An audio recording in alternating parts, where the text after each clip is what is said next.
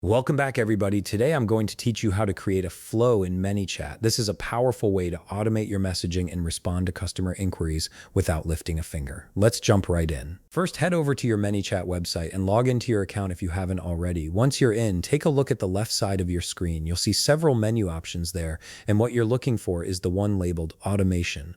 Go ahead and click on that. This section is where all the magic happens. It's the heart of your automated messaging system. After clicking on automation, you'll be taken to a page where you can manage all your existing flows or create new ones. To start building your flow, click on New Automation. This opens up a fresh workspace for you to design your automated conversation from the ground up. Now you'll be presented with two options. You can either choose from pre-made templates or click Start from Scratch. Templates can be helpful if you want a quick setup, but for this example, we're going to click Start from Scratch so you can see exactly how to build a flow step by step. After selecting that, click Start with a blank to confirm your choice and open the Flow Builder. You'll now see a blank canvas, and the first thing you need to do is define what triggers this flow.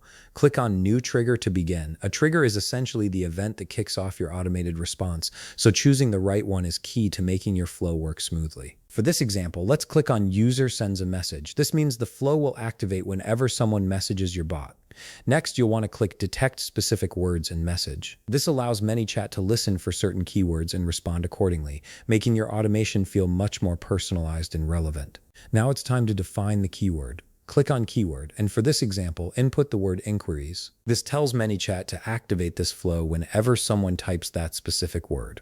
Once you've entered it, click Create to lock it in. Great, your trigger is set. Now let's build the actual response. On the next step, click Add a Text.